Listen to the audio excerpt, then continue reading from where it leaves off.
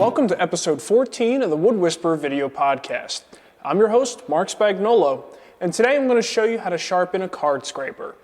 Now, if you're not familiar, a card scraper is simply a small piece of steel that has a slight burr on the edge that allows you to scrape the surface of a piece of wood. Now, you can produce very fine shavings, just like a finely tuned hand plane, but with these you have a lot more control. Let me show you.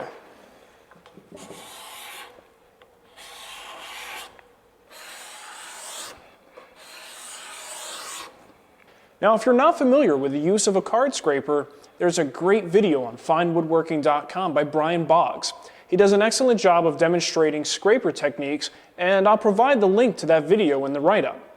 Now, sharpening a card scraper is one of those things that eludes both new and experienced woodworkers alike. And why is it so confusing? Well, perhaps it's because there's so many ways to do it. There are numerous products on the market and a ton of articles floating around. But different methods work better for different people. And this is one of those situations where too much information just causes confusion. So my recommendation is to find a simple method and use it. If you want to get fancy later, go ahead. You can always step back to your tried and true techniques. Now, once you have your first successful sharpening, it's like a light bulb goes off and you just realize what all the fuss is about. I even know guys who have sworn off sandpaper and use scrapers exclusively. Now, you don't have to go that far, but having some finely tuned scrapers in your tool cabinet will save you time and money, as well as improve the quality of your work. All right, so let's dive right in.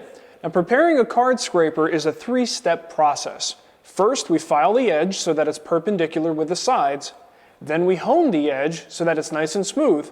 And then we burnish the edge, which results in a fine burr that does the cutting. So let's start by filing the edge. I like to use a fine, single-cut file for this operation. I also use a Sharpie to mark the edge of the scraper, and that way we can mark our progress. So when the red is gone, the edge is evenly filed. Now, you can do this operation freehand, but we're going for simplicity here, so I recommend making a file holder out of some scrap. Just make 1 or 2 kerf cuts with your table saw so that the file fits snugly inside. You only want the file to go in about halfway, and this will lock the file in place and make it super easy to file our edge at a perfect 90-degree angle. I secure the scraper in my bench vise, and I mark the top edge with a red Sharpie. You'll notice that all the action shots in this video are done without my standard background music. I did this so that you get the full experience of scraper sharpening. Without clear sound, it'll be a little more difficult for you to determine the amount of pressure that I'm using during certain operations. Using my fingers to support the scraper, I make as many passes as necessary to remove all of the red ink.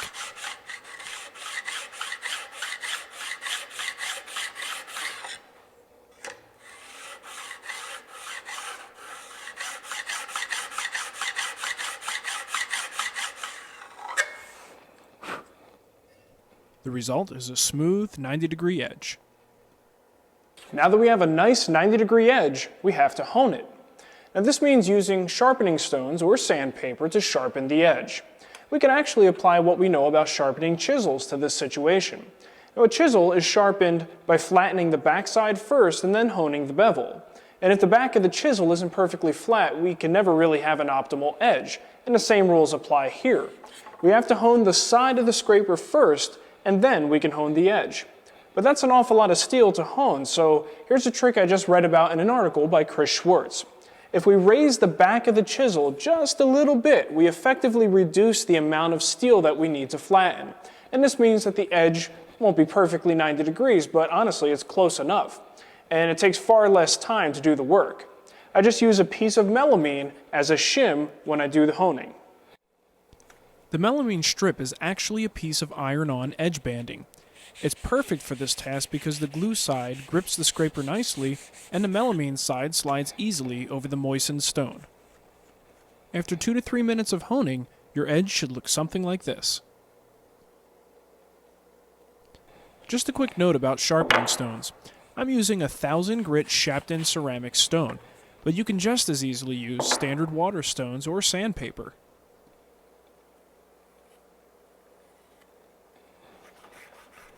I use a square block of hardwood as a guide while I hone the edge of the scraper. The more you move the block around, the better, since we don't want to wear a groove into our stone. And as usual, when the red ink is gone, we're done honing. So the final step is burnishing. We need to create a hook on the edge of the scraper, and we do this by simply running a piece of steel that's harder than the scraper itself along the edge. Now this piece of steel is known as a burnisher. There's a bunch of burnishers on the market, and even ones that hold the burnisher at specific angles. These are pretty handy, but I never really felt the need to pick one up. Maybe someday, but for now, I just use a standard burnisher. Now you'll find a lot of different opinions out there about how to do the next few steps. Different angles, different amounts of pressure, and different numbers of strokes. I follow a simple two-step process. First, we want to lay the burnisher flat and actually burnish the edge at what would be 0 degrees. That's going to make it much easier to create our hook later because it forces the steel over the edge. Next, we'll need to roll that steel over into a hook, and I do this by putting my scraper into the bench vise and then running the burnisher over the edge at about 10 to 15 degrees. Now magnified, the process is going to look like this. We lay it flat, and you run the burnisher across here, extending the steel over the edge, and then we roll that steel at a 10 to 15 degree angle. We roll it into a hook. So let's go through that process now. I apply some traditional honing oil to the scraper and to the burnisher. Holding the burnisher about 2 inches from the tip, I begin burnishing the flat side of the scraper. I'm using a good amount of pressure here, and I give it about 5 to 6 strokes. Then, with the scraper in the bench vise, I burnish the edge at 10 to 15 degrees. After 3 strokes, I check for a burr. Once a good burr is established, we're done. And now it's the moment of truth. Time for a test run.